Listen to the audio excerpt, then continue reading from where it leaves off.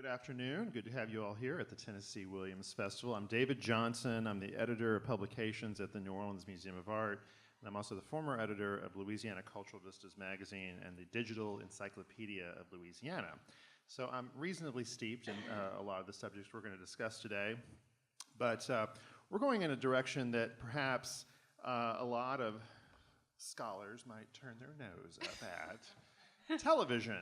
Okay, we can't say, of course, that it is one of the most powerful influences globally, of course, in all of our lives. And probably no medium has done more to shape the impression of the South, for good or bad, on a global scale. So we're lucky today we have two actors who are also writers and researchers, and then two scholars who have contributed to a book that really was the foundation of this panel. So let me introduce each of our panelists. First, immediately to my right, we have Laura Cayouette. Is that correct? That is. Thank you. She is best known as DiCaprio's sister in Django Unchained, and she has acted in over 60 movies and TV shows, including Kill Bill, Friends, and recurring roles on Treme and Queen Sugar, which is currently in production and still on the air. She's also written a book, No Small Parts, that's K-N-O, Small Parts, An Actor's Guide to Turning Minutes into Moments and Moments into a Career. And that features a foreword by Richard Dreyfuss and endorsements from Kevin Costner and other actors who she has acted alongside. She is also a writer. She has written the Charlotte Reed Mysteries, which she calls a love letter to New Orleans culture and lifestyle.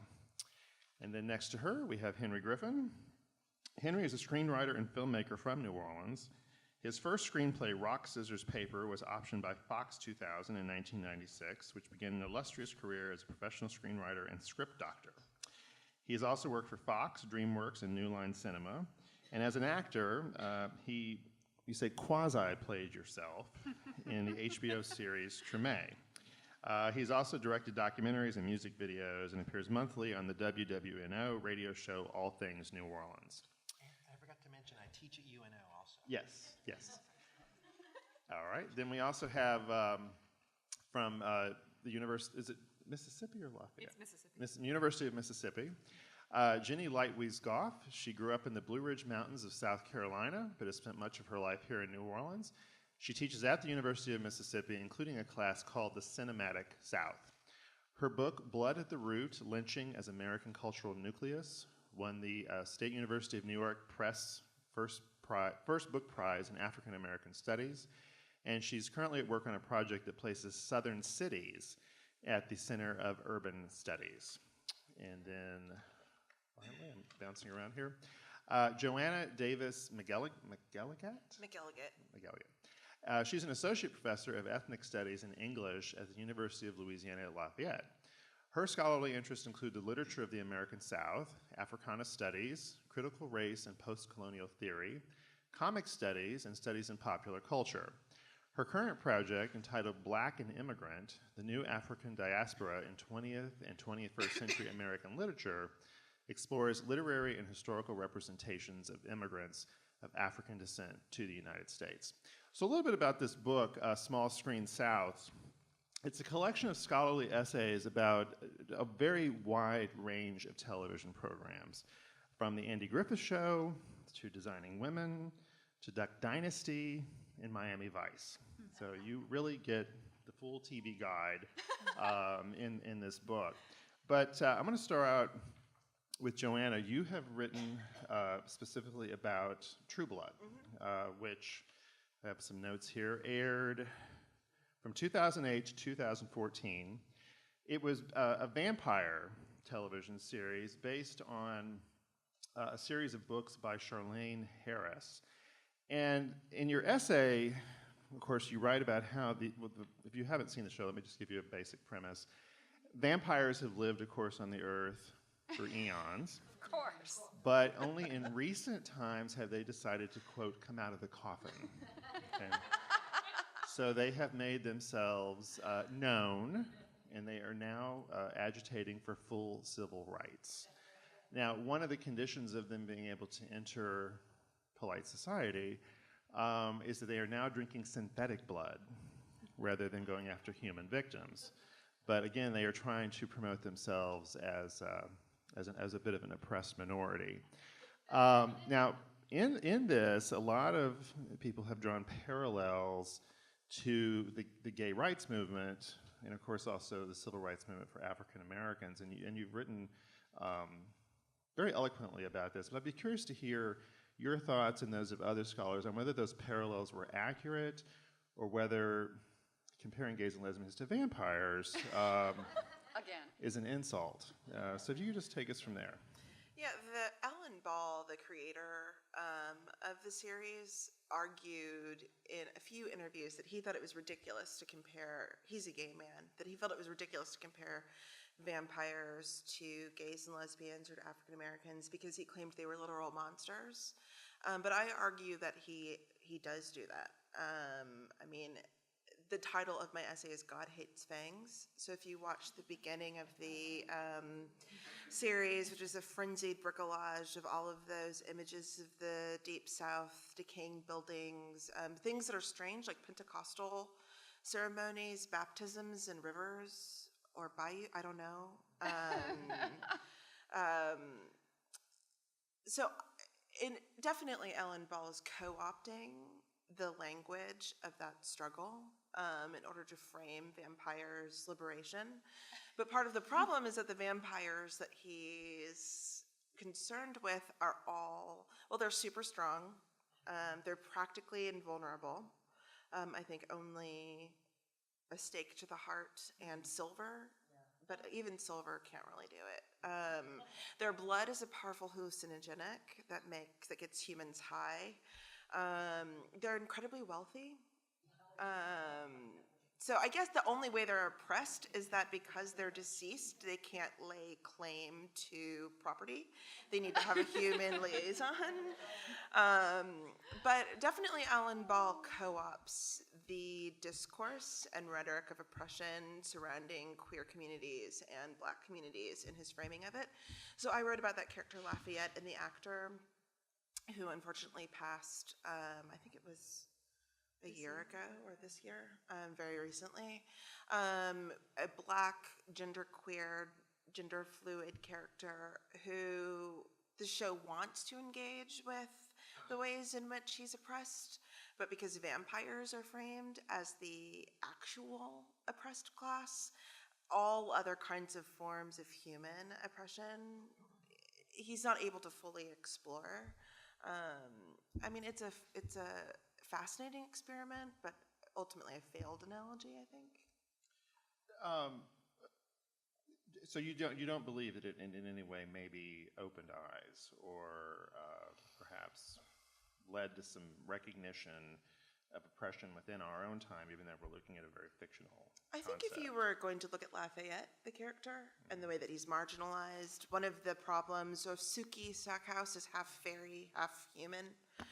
It gets really ridiculous toward the end if y'all watched it all. It just starts devolving into absolute chaos. But when her grandmother is murdered, she and her brother inherit the home, and Lafayette, we learn eventually his mother is in a care home. So he's forced to work as a waiter. He makes videos of himself. It's kind of vague, but it's like sexy videos for men online. He also has a queer vampire lover whose blood he steals and sells. And the idea is that he's doing all of these things in order to support his mother.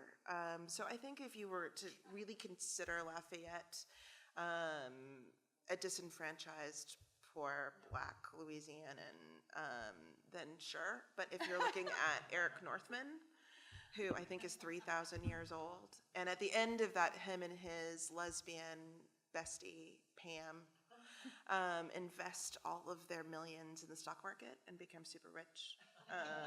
So I don't. This is family fare. Yeah. I don't Street. really see any way to make that analogy work. Well, and it is interesting that there were African American vampires and white vampires. There's one Black vampire. He doesn't really get a backstory, and then Tara, who's Suki's best friend, is turned into a vampire and dies. So The show mostly frames vampirism as a white, wealthy affliction. And so it's like the co-optation of actual oppression and the use of that language to construct and frame experiences of 3,000-year-old demigods who have a limitless supply of dough is, I don't know. Well, as far as portrayals of the South go, this was the only series I had ever come across that's largely set in North Louisiana. I mean, Shreveport and Monroe are really the hub cities, even though the town is called Bonton, definitely a South Louisiana reference. But how well do you think the South was portrayed in this? Well, I write about that a little bit. The fascinating way that, so I'm not from the South. I'm a lifelong Midwesterner, and I moved to the South in 2010 when I got my first job. So it's been eye-opening to me. One of the things about True Blood is that it frames the South as being extremely deviant according to socio-national norms. But then it also, in its inclusion of characters like Lafayette, seems to be suggesting that the South is not as conservative as, it's not a red state in the way that people outside of here tend to code it. But in the introduction to the series, in the credits, it definitely attempts to frame the South as a deviant space. So I spend a lot of time thinking about the way that the South is not, a hellscape for people of color. It's not a hellscape for queer people. We're surviving and thriving and living here.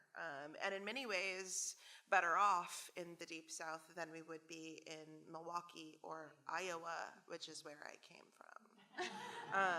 So I think for me, seeing, helping people understand the sort of visual codes of the South, like plants growing on buildings out of control, or gas station food, The show always made me want to sweat. What was that? So sultry, and you really felt like almost mosquitoes were biting you while you watched it. Yeah, because it's also a love story, so it's kind of seamy and sexy. But I think that the benefit of the show is that it represents multiple different Souths that people aren't used to seeing. Okay, well, next we're going to move on to Treme, which we have three panelists here who have very direct relationship to that. Jennie, in your essay, you combine a study basically of David Simon, who created Treme, but also had created prior to that The Wire, which is set in Baltimore. And you kind of analyze the way the urban South is portrayed, particularly since I think the popular imagination about the South, if you're going to look back at Gone with the Wind, is an agrarian, rural image. But yet these shows take us in directions that perhaps others have not. But of course, New Orleans is also known to be rather exceptional within that larger framework of the South. So elaborate a little more on how you looked at that series.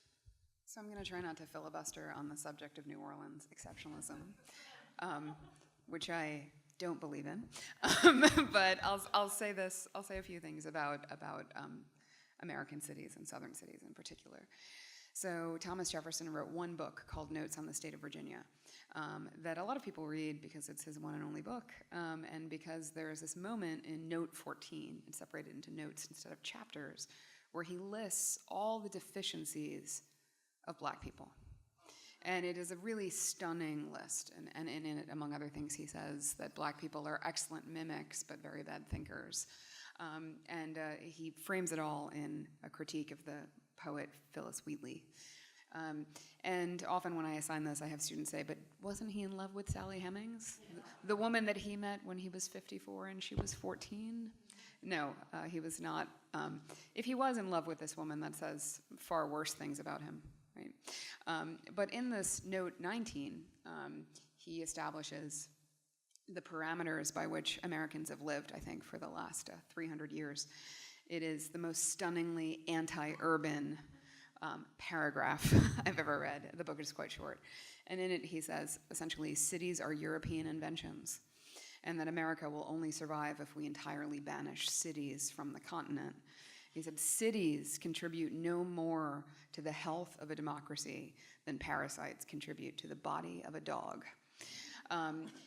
That has been American politics for the last 300 years. Every 4 years, we're going to hear a little bit about small town values, the heartland, the frontier, a lot of nonsense about how people are better in small places like the one I came from. They're not. I never really felt what democracy worked, how democracy worked until I moved to the Treme a long, long time ago. So one of the things I would argue is that when an American artist like David Simon locates all of their work in an American cityscape, it is a critique of American anti-urbanism. It's a critique of the notion of the frontier as the catalyst for democracy. It's a critique of the notion of small town values as the ones that give us hope and energy. And I mean, David Simon has said it himself. The future of the world depends on how we learn to get along with each other in compressed urban space. And so I was thinking about Simon in a number of ways, and one of them was that Baltimore is often described. The Wire is often described as a show about the American cityscape, and Treme is often described as a show about New Orleans.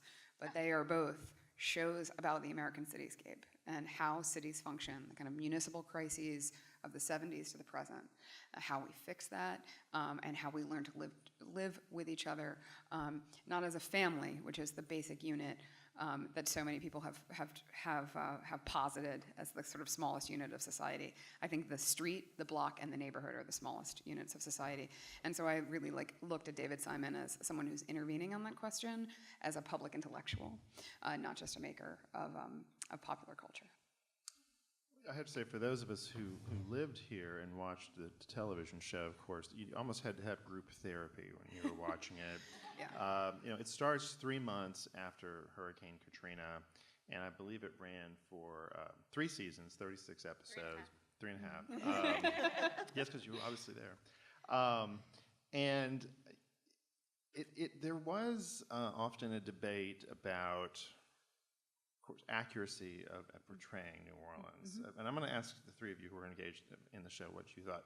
What was your impression? You say you live in Treme? Yeah, I do. Yeah. Okay. Well, you certainly have some authority then to speak about that. What was your impression of how it portrayed the city? So this is a complicated question for me because you experienced that group therapy differently if you were gone for a long time after Katrina, and I was gone for a long time after Katrina.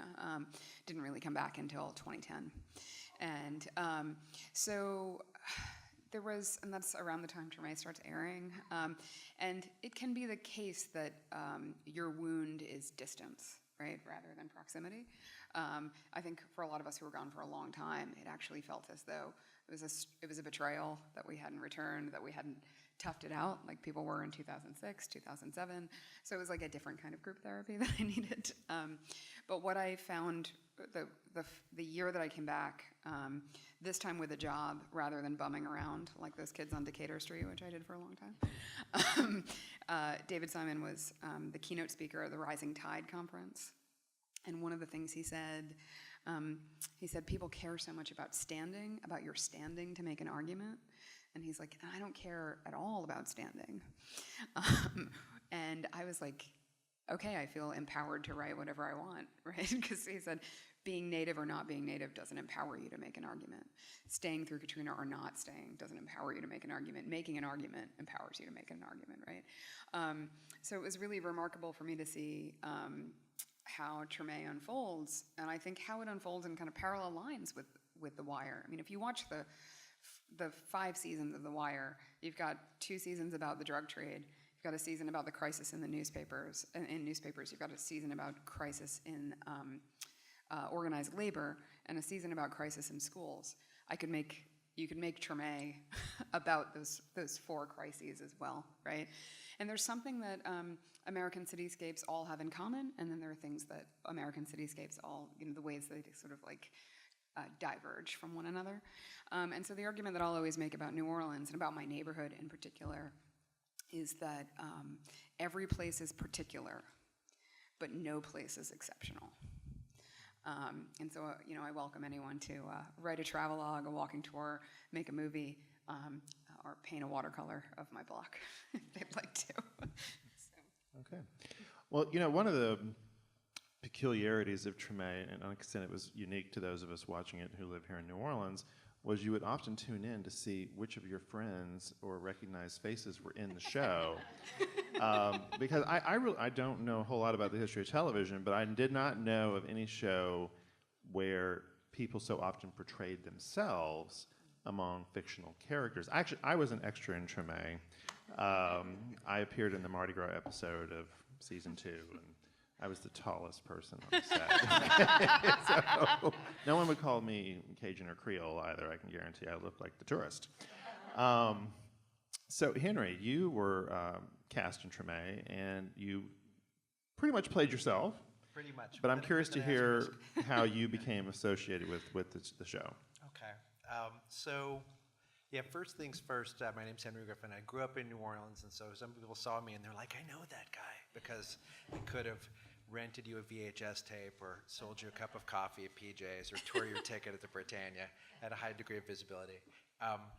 And then I moved to Los Angeles and I became a filmmaker and a screenwriter with a little bit of acting experience, but I moved back to New Orleans in 2004, went through Katrina, I'll leave it at that. But then afterwards, my friend Davis Rogan, who I grew up with, who worked with me at the Britannia and the video store, told me, hey, have you seen this show, The Wire? I said, yeah. He said, well, they're making a show about me. I said, okay, good. Sure they are, man. So, but Davis and I used to parade in a social aid and pleasure club, and then one of these post-Katrina second lines, he's like, hey, this guy is David Simon, and I knew exactly who he was. I'm a Wire completist. So I found out that he and longtime New Orleans resident Eric Overmyer were co-creating the show. And I just sort of hung around because I thought, hey, I'm a screenwriter, and I just happened to be moving back at the right time. Maybe they have a shot for me. So I never got a gig screenwriting for the show, which I was crestfallen until I found out they were writing a part for me. So I did have to audition for the role of myself, so you know. I thought a lot about Charlie Chaplin, who once entered a Chaplin look-alike contest and came in third. But it's a true story. So I went and auditioned for the director of the pilot and a bunch of other people and nailed it. So I played a part that, the part of Davis Rogan was recreated as Davis-McElligatt, and Steve Zahn played the role, I think, in some ways. There was so much water to be carried by an actor who was going to be in a lot of scenes of every episode that they really were looking for people with chops. But for the supporting roles, and I was in 13 of the episodes, they could find people who would really play themselves. Sometimes I called Treme Wild Kingdom with people, where they really wanted us, I think of myself as a New Orleans person, in our native environment. My hair on the show used to be a lot longer, and so at the second lines, they used to call me Simply Red because of that pop group from the 80s. Anyway, they all call me Red. But once in a while, somebody will shorten my name, and they would call me Simply. So, that's New Orleans, where your nickname has a nickname. Anyway, so that's why my character's called Simply, and they never explain it on the show. But there was one episode where somebody who really knows me, Tyrus Chapman, says, Henry, is that you? Saying he knows my real name. And I said to the creators of the show, I said, I think it's really important that I have a different name for the show than I have in life, because Simply smokes a lot more marijuana than I do. I'm a state employee. I teach at the University of New Orleans. I never touch this stuff. But Simply has a lot of fun. So, when they would call me to do the show, I'd get the script and I'd show up, and then I'd go to a trailer, and I would go in there and I would be dressed like this, and then then they would have an outfit just like this on a hanger, and I would take off my street clothes and I'd put on my character clothes, and then when the show ended, they let me have all my clothes. I'm wearing my belt right now from Treme. I wear it every day. So it very much felt like I was saying things. And some of the events of the show, certainly the plot lines I were in, were based on real events. But I just felt in general, I'm a big consumer of movies and television, and I've seen them all. And I think no one ever thinks about authenticity as it's not a high priority, but I think if there's one thing I could characterize about the people who did Treme, it's that they really wanted us, the people of New Orleans, to approve of it, right? Which is not always the case. It's actually never the case, because we're the one market they don't need.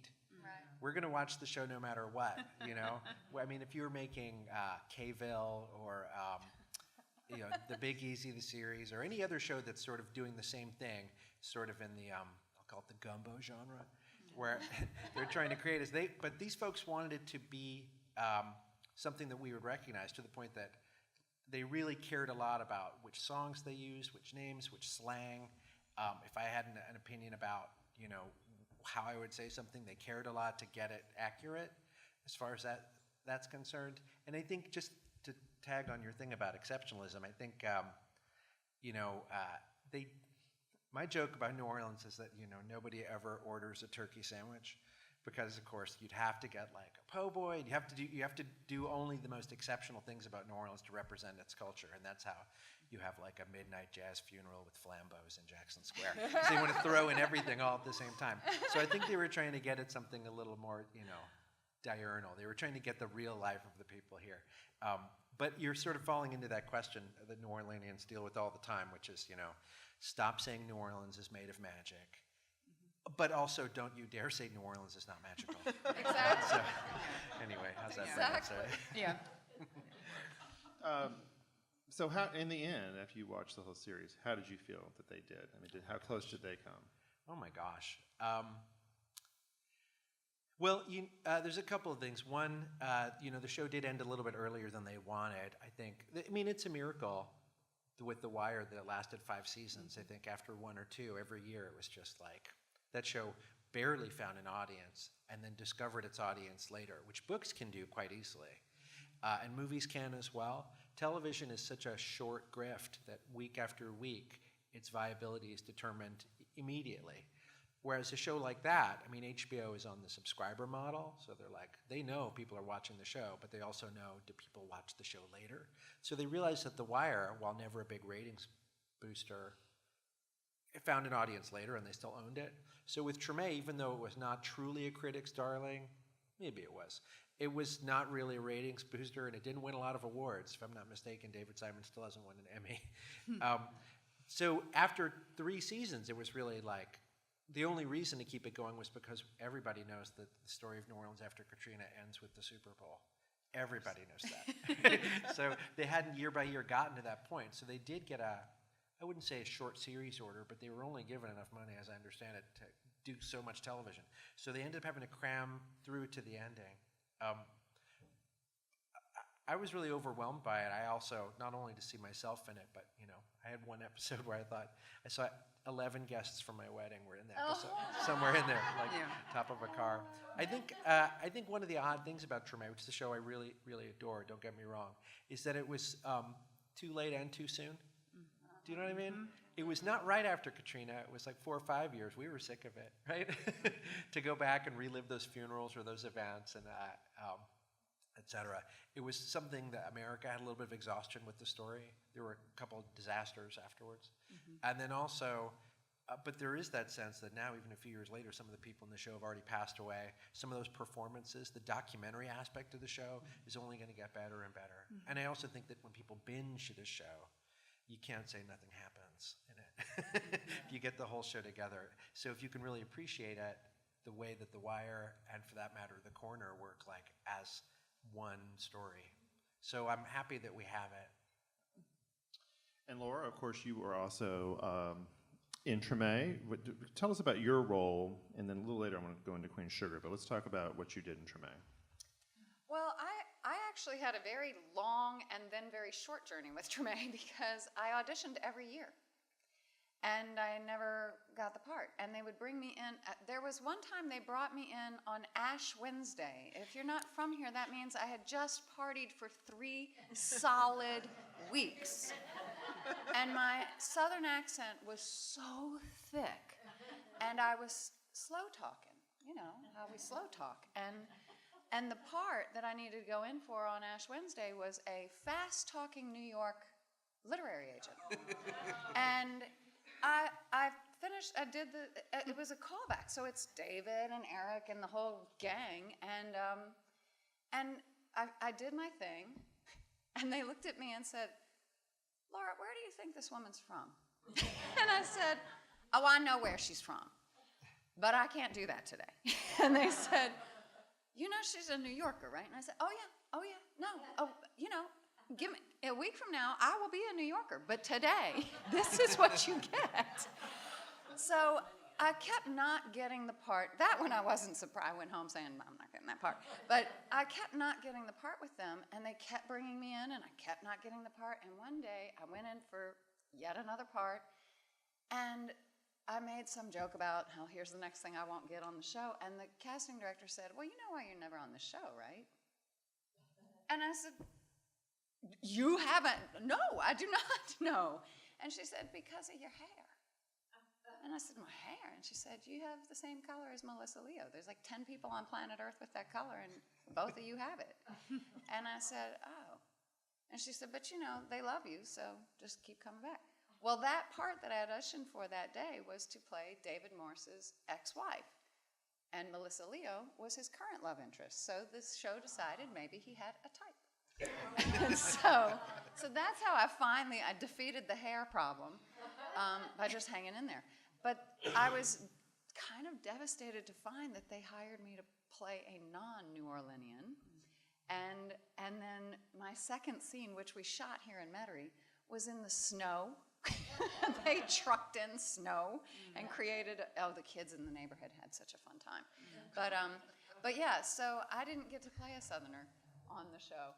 But I do know their dedication to reality. I remember hearing that the first week of shooting, they were doing one of the candy scenes in the bar, and they had said to the group, will anybody please tell us if there's some detail we're getting wrong? We really, really want to get this right.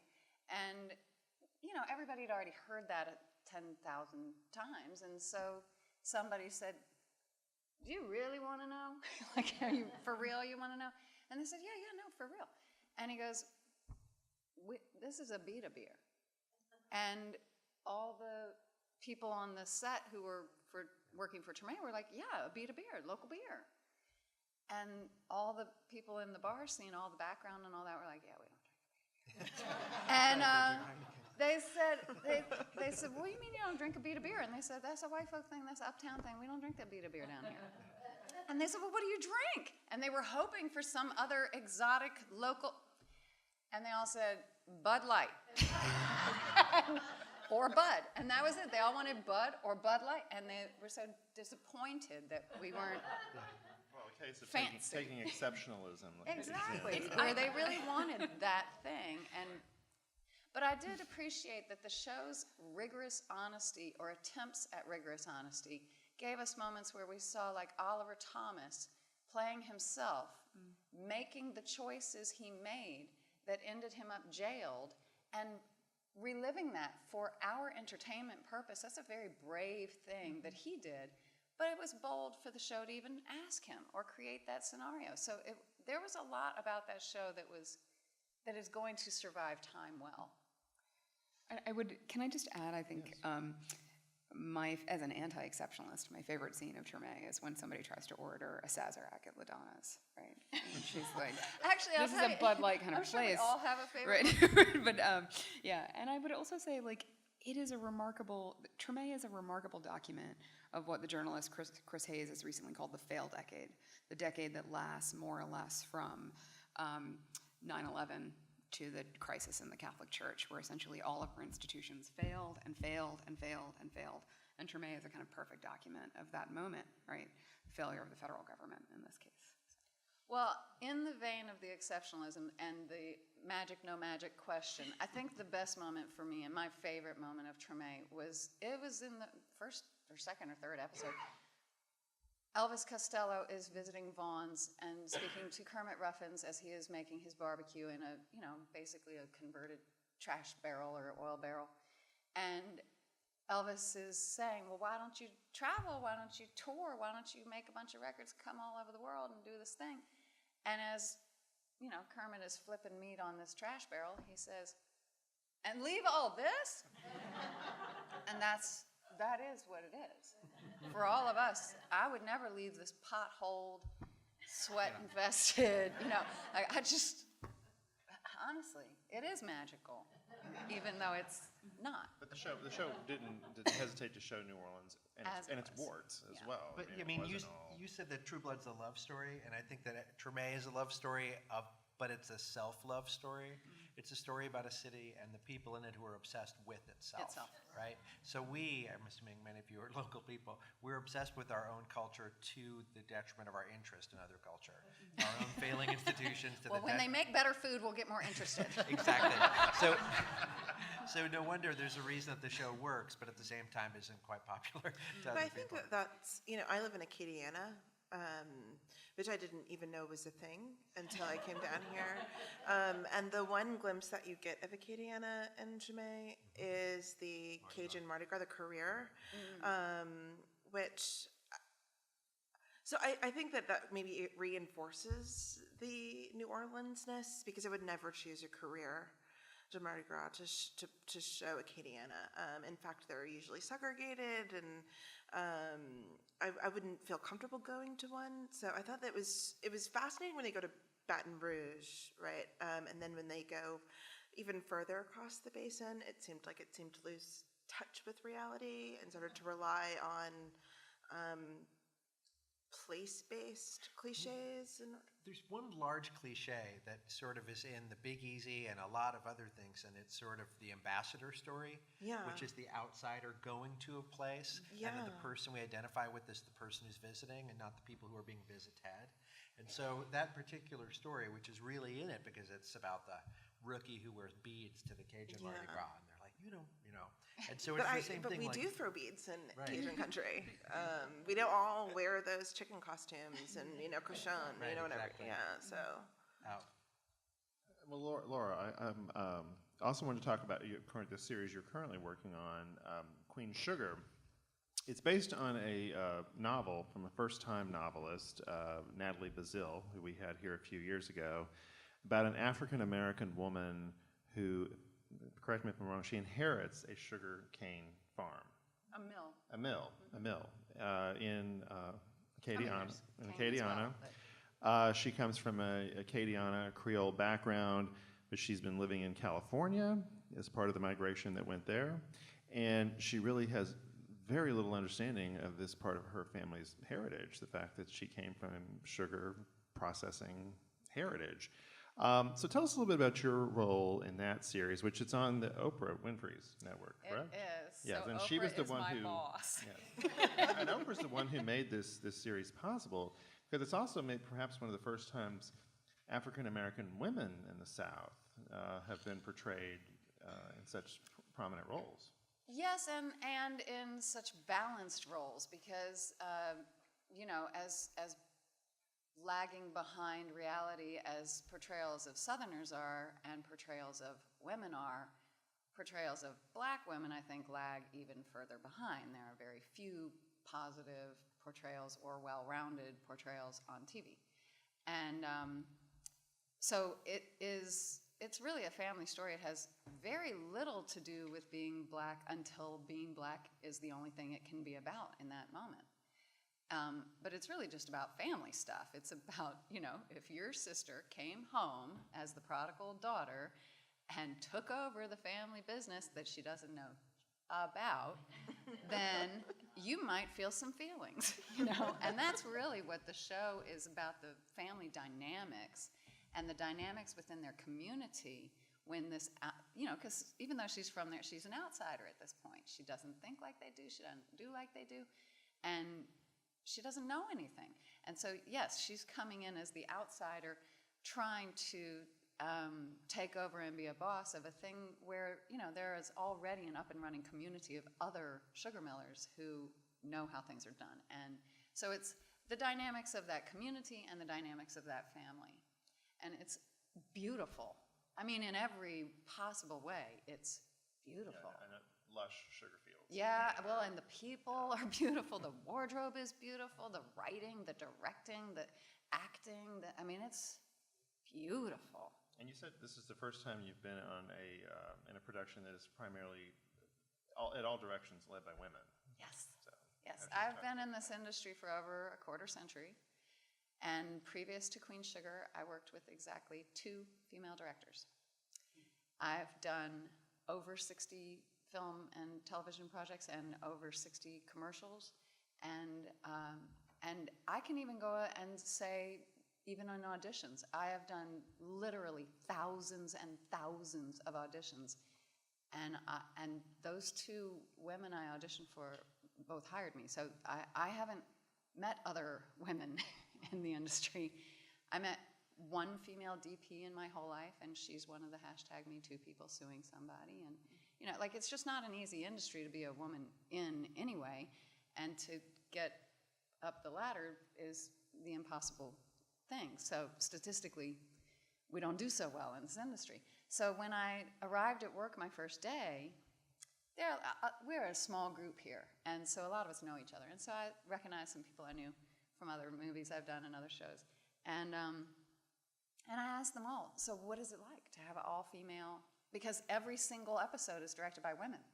Every single episode, if I showed up, I knew my boss that day was going to be a woman. And because when you do TV, you don't know necessarily who your director is going to be.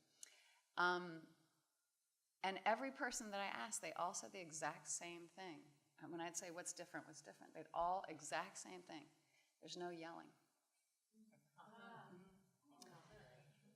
It's, you know, I work in a collaborative job, and it's supposed to feel safe. To do what I do can be scary, and so it's supposed to feel safe. And as you've recently heard, it is very unsafe for women, and so it was a totally different experience. It was this, I guess this is what it feels like to be a man, you know, like where you show up and you just do your work, and then you go home, and that's it. Like I was respected. You know, like it was all predictable. It was glorious. It was fantastic. I would do it again and again. So have you met Oprah? I actually met Oprah when I was 12. I have not met her currently because she's from Baltimore, and I grew up in that area. My parents met here, but child abuse. They moved me to my dad's workplace instead of raising me here. So I met her as a child, but I did not meet her on the set. And Ava DuVernay, who I've now been working with and am in communication with, I've also never met, but she honors all of us and includes all of us. It's a really, I feel weird being the white woman speaking for obviously a very ethnocentric show, but it's the woman thing is powerful for me. It's new for me, and I'm still high on it. So. Let's all find the show if you haven't seen it. It sounds. It's really beautiful. You should give it a chance if you haven't already seen it. I watch it on Hulu. You can find it there. Good. I wanted to come back just again to talk about True Blood. Like This Is Us. If you're enjoying This Is Us, it can get like that. Like. Oh, sorry. Yeah. Very emotional. But back to True Blood a little bit before we wrap things up. In your research, what have you found to be the reaction largely of the gay or lesbian community toward that show? I'm curious to know what reaction has been, especially among scholars. Among scholars, there's not a ton of work, but they're derisive in many of the same ways I am. I mean, I love speculative fiction, so I would watch True Blood anyway. But the tropes that it plays on, I think, are particular. It might, you mentioned that Tremaine. I don't know. Maybe it's like the time that it came out, but the sort of corny way that it plays on tropes about Louisiana are both exciting, what make the show fun to watch, but also what make the show kind of a disappointment in a lot of ways, that it's so cliched in its representation of South Louisiana, in particular. Like, the town is called Bontemps, and I think those things are supposed to be tongue-in-cheek so that people outside of Louisiana can understand it, because I have found that people have a lot of assumptions about Louisiana, but I still don't know why that is. I've only been here for 8 years, so I'm still learning.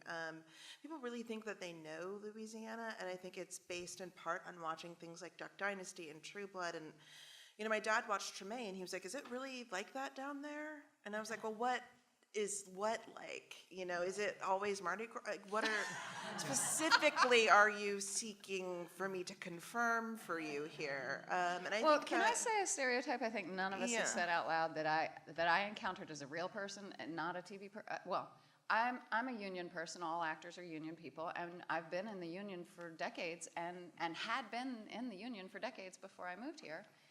And I'd called them many times over the years, and always they were supremely unhelpful, but they were, treated me like I belonged on the phone with them. I called from New Orleans my first year here, and when I told them where I was calling from, they treated me like I was mentally deficient. They immediately spoke to me like I was absolutely 0 IQ, 2 teeth, married to my cousin. I mean, it spun so fast that I thought, this is how Southerners get treated every day? This is some bullshit, because, I mean, I'm the same person I was they called, So that idea that we're all stupid and married to our cousins, and okay, I have dated a cousin. Everybody has. But wasn't really related to me. But the bottom line is what is that? The idea that we're all mentally deficient is pervasive. And they got that idea from somewhere. Well, and that is true because a lot of that's how portrayal of I'm television. not a Duck Dynasty watcher, but I'm guessing. One of the chapters in this book is called Hicksploitation. Yeah, but that's actually the one of the problems when the film tax credit was being kind of endlessly debated on the pages of the Times Pick and then even the Wall Street Journal. It was a conversation we never really had about how the tax credit worked, and what it tended to do was actually funnel money out of our cities into the countryside to make shows like Cajun Pawn Stars and Swamp People and stuff like that, which produced an image of Louisiana as like unquestionably monolithically rural, despite the fact we are pretty urbanized as a state. So I think that's one of the things that the film tax credit did, and did kind of badly for Louisiana. I mean, this book, covers everything from the Beverly Hillbillies to Duck Dynasty, and puts that through the prism of, not only how the nation, but how the whole world really views this part, what the popular imagination is about the South. Before we wrap things up, I know you teach a course called the Cinematic South, and I'm curious to know, are most of your students from the South at the University of Mississippi, or what kind of maybe surprises do they encounter in the course of your class? So, I mean, I said that New Orleans wasn't exceptional, and yet I commute 300 miles to work. So I'm teaching a class on the Cinematic South, and it's at University of Mississippi's DeSoto campus. So that's a small campus where we do transitional years between community college and four-year programs, and it's out in the Memphis suburbs. So I teach this class as a road trip from Memphis to New Orleans. And we do both of Jim Jarmusch's movies, Mystery Train, which is set in Memphis. It's about Japanese tourists in Memphis. We do Down by Law, the amazing movie about New Orleans, which if you haven't seen it, see it now. And in between, we do some episodes of Treme and The Wire as well, to get them thinking about how Baltimore is the South as well, and are really focused on urban spaces in that class, to contest some of the ways they think about the South. First of all, as rural, and then of course, one of the ways that we explain away the places that we live. You'll often hear a New Orleanian say, "It's just a small town." It's actually not a small town. It's a huge city with massive metropolitan statistical area around it. So is Memphis, but my students will often describe it as a small provincial place. It's a global city, and so are we. Yeah, I think that's true. It seems like southern cities still kind of that's just a big country town. Right, or like Atlanta, close to where I grew up, people will be like, well, it's not really the South at all, because it's too big. But those are ways of explaining away the places that most Southerners live, because most Southerners live in cities and suburbs, not in the countryside. I think that's the thing that surprises my graduate students. We have a doctoral program, and most of them they're not from the South at all. And they're surprised that Lafayette is a fair-sized city, and then they're surprised that Baton Rouge is a fair-sized city, and then they're like, wow, there's Shreveport. And I didn't know that, like New Orleans, y'all have cities, and, Houston's so close. So, and I live in Opelousas, which is a tiny town, but it's still, the third oldest city in the state. So I would say that most of them do have that misperception that the South is primarily cotton fields, swamps, And with alligator like wrestling. a trailer and a live oak every 100 miles. And Well, I think that's there's- true, because I did True Detective as well, and True Yeah, Detective True had that Detective at portrayed. least. Right. I love the way that True Detective, because I spend so much time driving on the highway, frames the way that the state is interconnected through waterways. And I thought it was visually stunning, even though it also suffers from. Right. So if you guys don't know, the rude pundit, Lee Papa, who grew up in New Orleans and he's now New York centered, he made an amazing joke when Cassidy was running against Mary Landrieu, where he said this election is a contest between the people of True Blood and True Detective, which is most of our state elections, right? Okay, well, we have an opportunity to open up some questions from the audience, and I know we have a assistant here who has a microphone, so if you want to, looks like there's somebody here in the front row.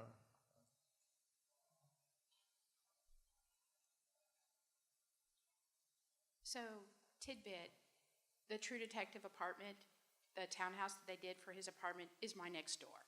So, it is a small town. But my question is actually for all of you. I've grown up in the South. I was born in Texas, grew up in Virginia, been here since pre-Katrina.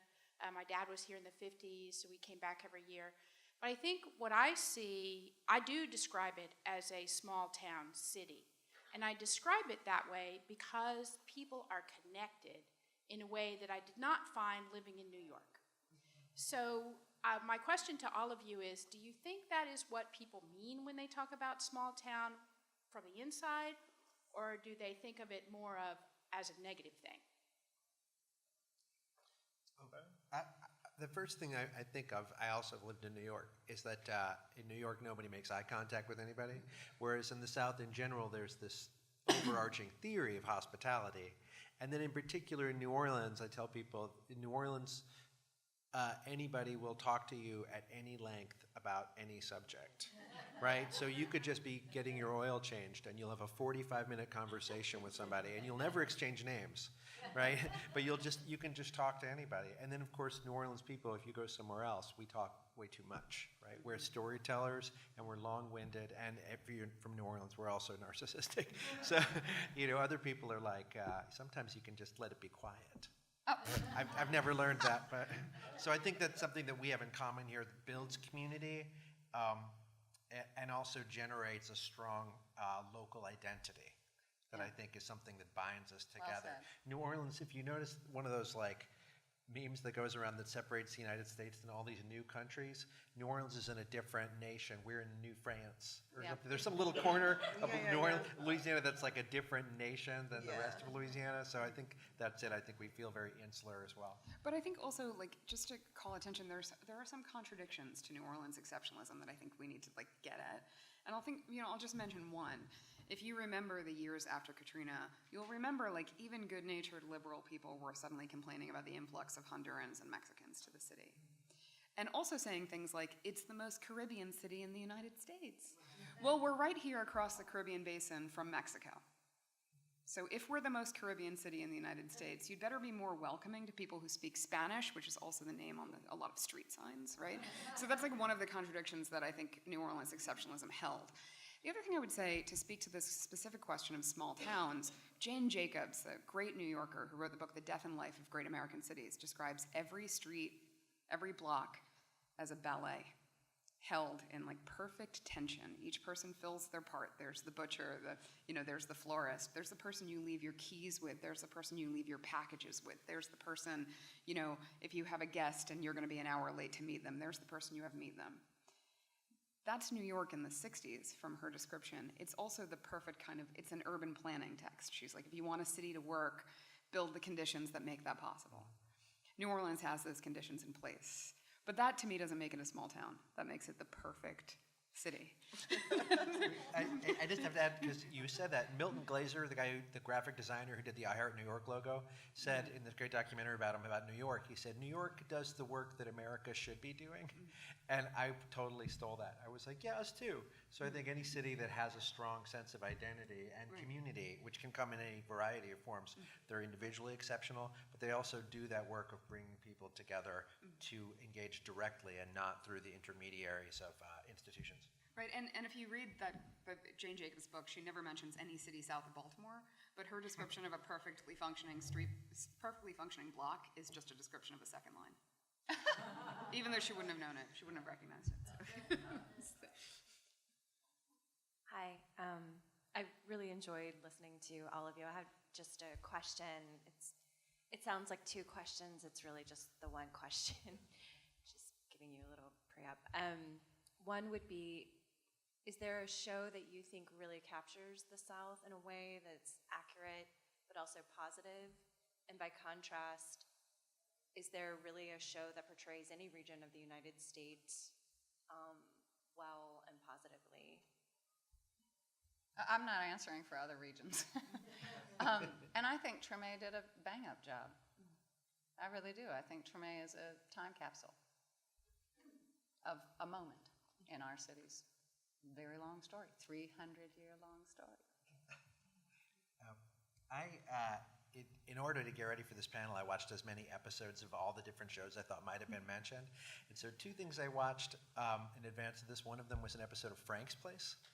Who remembers Frank's Place? All right. So yeah, it has to be mentioned, right? Which was a show created by Hugh Wilson, who did WKRP in Cincinnati. And he just died earlier this year, but with Tim Reed, who played Venus Flytrap. So they came down here in, was it the late 80s or early 90s? And did a very early single camera sitcom, no laugh track, that was sort of based around the life and world of Austin Leslie, the chef. And it was a kind of a failed show. It lasted for a year, didn't get renewed, didn't find an audience, can't be released on DVD because of the expensive music rights, because they used all this New Orleans music. And so I love that show. I think Treme also is good. I'm happy to I'm also You're not going with K-Ville? No comment. So, but I think one of the great ironies, this is a panel about television, not about cinema. And I think there's two ironies about television. One is that everybody gets their news from it. And two, that the business model is not telling people the truth, right? It's really about telling people what they want. So stereotypes, broad generalizations, all of those things are not just the lingua franca, but also how you stay employed. Right, It's a NCIS hustle. New Orleans is going to run far longer than Treme because it's delivering a product that is palatable to the United States. So to be with scholars talking about even the idea of authorship in television is so it's sort of beyond 1 in a million for any one person or group of people to really say something in the medium of television, because it's just not, it's not really the model. And I think the tax incentives are double-sided, but I think that and the lengthening of the fact that television is better than movies now, and everybody knows it, has a lot to do with the fact that it's no longer the bump and grind to get you from changing the channel at the commercial break, and now there are more ways of telling television stories, and that attracts people to new territory and original material, which again was not the issue when there were 3 channels. It's also because it's more inclusive. There are women over 40 and black folks on TV. Yeah. I was gonna say The Sopranos. When you watch Tony Soprano driving in from the turnpike in the very beginning, and then it's so gross. But then also, as a Midwesterner, Freaks and Geeks, which I think is it's about Michigan. But I don't think that unless you were Midwestern, you would necessarily pick up on that. And then also Queen Sugar, which, it's just fantastic. It really beautiful. Is. It It's is. so beautiful.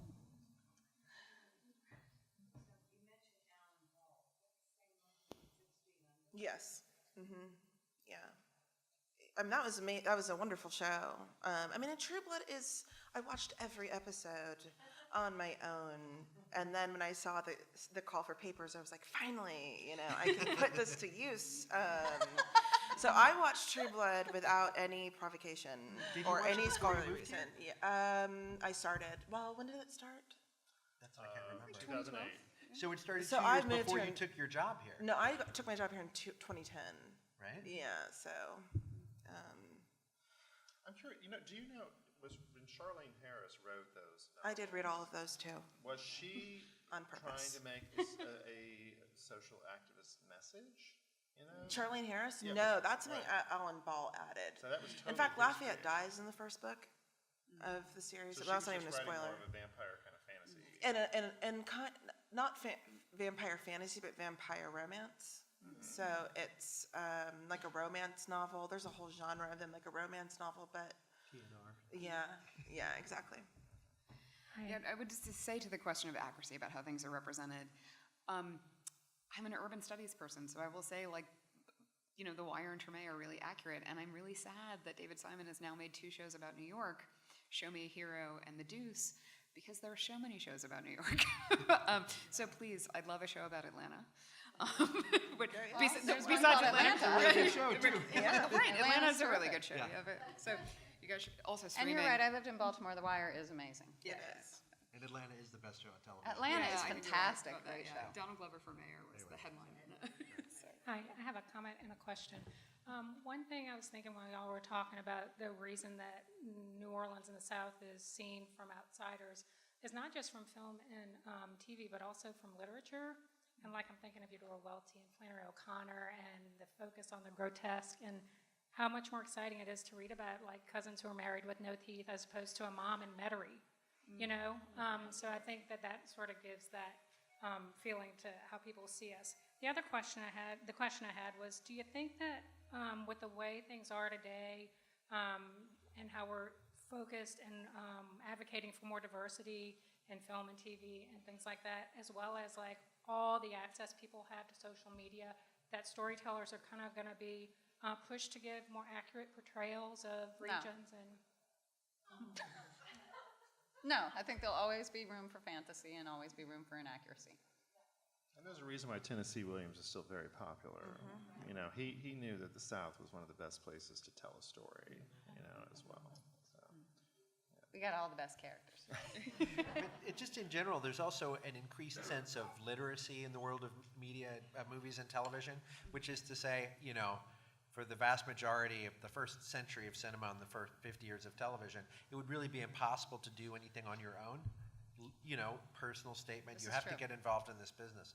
But now, I use the example of a show on HBO now called High Maintenance, which is a show that was kind of a web series. No episode cost more than $1,000. It's about a marijuana delivery guy.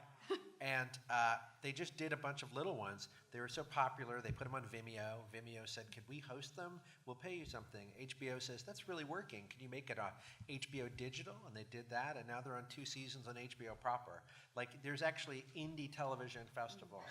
So I think that and the technology of iPhones, and I teach in a high school media arts program at NOCA as well as at UNO. So I think that now people are able to tell their own stories with cameras in a way that was just impossible. You couldn't even dream your way into it. And now anybody can do it and actually have direct access to an audience. I think that is a flattening of the playing field. Amen. anyone else? I was going to say, something that you were talking about reminded me, my new favorite show is The Chi. Have you seen that on Showtime? The Lena Waithe show, yeah. Yes. And I think it's really interesting. It takes place in Chicago, which is not the South, but you never see Chicago. Right. Back to what you were talking about, the neighborhoods. You see a lot of the neighborhood, but you don't see the big buildings of Chicago. It's just a show about a neighborhood there, which I thought was really interesting. And the other thing that has to be mentioned, I'm a movie person, and television and movies attract the same type of people. Television has different from cinema that it's an author's medium, that the writer is the boss on television in a way that's not true in the movies. And then also that television is more about character than about plot, because they're looking for the potential things that can happen, following people over a number of years. And then finally, television is about setting. So it doesn't surprise me that Atlanta and the Chi and other places, or Treme, are named for their locations. And the Chi also... Yeah, location as character. Location as character is the sort of enduring situation of a television show. And so I think it favors portrayals, accurate or inaccurate, of culture. think we have time for one more question. Yes. I just wanted to ask, I'm so glad you brought up Frank's Place because, thank you. Because as someone who's taught acting and done some acting myself and I'm always interested in that kind of thing, the thing that aggravates me more than anything is to see a sloppy actor not try to portray a real New Orleans accent. And when it's wrong, it's so wrong for us. Right. And you notice it, and it's just awful. So with Frank's Place, it was amazing, and they even had to subtitle it, if you remember, for people who didn't understand New Orleans accent. But I wanted to ask you about in Treme because there were so many characters who were so good, and I think it was the actress who played Antoine's wife, who I think she was from the documentary, a New Orleans person who was great in the documentary. Phyllis Montana. She was amazing. And I think that sometimes the flavor of New Orleans, if it's not right, you know, if you, the acting is not right, if you open I can actually speak to that, though, because Yeah, I just please. had an experience last night. I watched myself in a movie that's set in New Orleans, but it's set uptown. And when I was hired, it's very clear what they wanted. They wanted a Southern socialite, an upscale Southern socialite. Now, if I were truly playing an uptown New Orleanian, this would be my accent. It would just be, which is not what they want. So, as I watched the show last night, I saw me putting on and saw the added little Flavor Flav of giving it a little Southern, a little spin. And it was the first time that I thought to myself, oh, God, that woman sounds so not an uptown. It's like she doesn't even know. But at the same time, I did it because that's what the job was. They didn't hire me to play an accurate portrayal of an uptown. I'm playing a Southern socialite, and there are expectations that come along with that. So I did the job as the job was described, and it is not reality because it's not a reality show. It's a TV show. It's not a documentary. It was a Lifetime movie, Which, by the way, I was impressed by. Bad Stepmother. I liked it. So I was surprised how much I enjoyed it. We do have time for one more. Jr. and Ellen DeGeneres. They're both from here. They've both had daytime TV shows. One's going off the air, one works. Right. Discuss. I think Ellen is so beloved that it was. But she is Southern. The personality of New Orleans, to me, comes through with how her show's written. Yeah, but she is part of a zeitgeist and a moment that goes all the way back to the 90s and further, and she's part of a cultural change. She was the first. And she's an icon. She's a superwoman. There is an essay about her. So she transcends or She's important. New Orleans? I'm not berating Harry Connick Jr., who I adore, and who I went to my first Harry Connick concert when I was a youth. I love him. But I don't know that history will find him important. Time magazine cover important. She's important. She changed our culture. And she changed single-handedly how we deal with the entire LGBT community on television. I mean, I will say in defense of Harry Connick Jr., who was I went to high school with Harry, or at the same high school as Harry, sort of on another level, even in childhood. I'm not worried about his career. No. I think he's going to be just fine. He can go back to, I think that should, The Southernness. right. It's always nice, I feel, as a New Orleans person, to see somebody that's like, I guess I'd say one of us getting somewhere. So when you think about Harry Connick Jr. or John Batiste on The Late Show, you think, oh, that's going to be good for us. Like, we're going to get some Well, and I liked Harry's show. musical guests on there, and, anything that gets our culture out there in a direct way. Where you Well, actually also, see New Harry's Orleans show people. did some really good things Yeah. it was very woman-friendly, very black-friendly, it's a very exciting show for a lot of people. It's not a zeitgeist moment. Ellen is important. I was thinking in terms of New Orleans and Southern culture, and representing that, not really. Yeah, she's not a New Orleanian more than she's a American. She's an American icon. There's a very interesting essay in this book about her show, especially the coming out episode, and how that was handled in the South. So it's buying the book is certainly interesting here. So I think that wraps it up. I want to thank our panelists.